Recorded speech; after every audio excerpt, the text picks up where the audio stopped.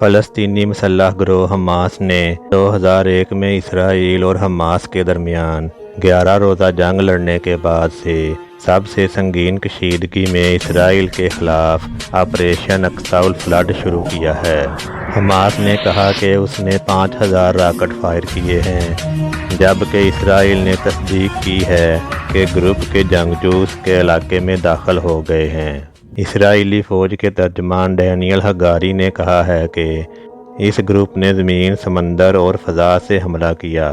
راکٹوں کا پہلا دور مقامی وقت کے مطابق صبح 6:30 بجے شروع ہوا۔ اسرائیلی فوج نے یہ بھی کہا ہے کہ اس نے غزہ کی پٹی میں حماس کے گروپ کے خلاف آپریشن آئرن فورڈ شروع کر دیا ہے۔ صبح سویرے حملے سمجھوتہ طوروں پر ہوئے۔ یہ ایک تعطیل ہے جو ہفتے بھر کے یہودی تہواروں کے اختتام پر آتی ہے، جسے سکوت کہا جاتا ہے یا تہواروں کی عید۔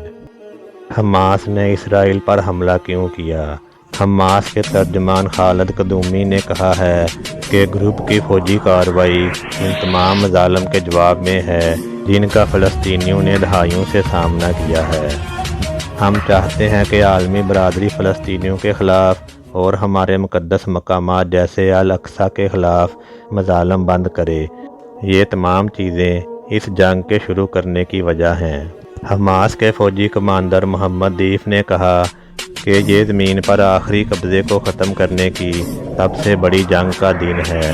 انہوں نے مزید کہا کہ ہم نے 5000 راکٹ فائر کیے ہیں۔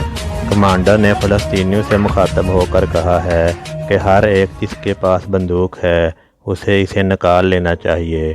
رپورٹس کے مطابق دیف نے کہا ہے کہ اب وقت آ گیا ہے۔ ٹیلی گرام پر پوسٹ کیے گئے ایک بیان میں حماس نے مغربی کنارے میں مزاحمتی جنگجوؤں کے ساتھ ساتھ اسلامی اقوام سے بھی جنگ میں شامل ہونے کی اپیل کی ہے۔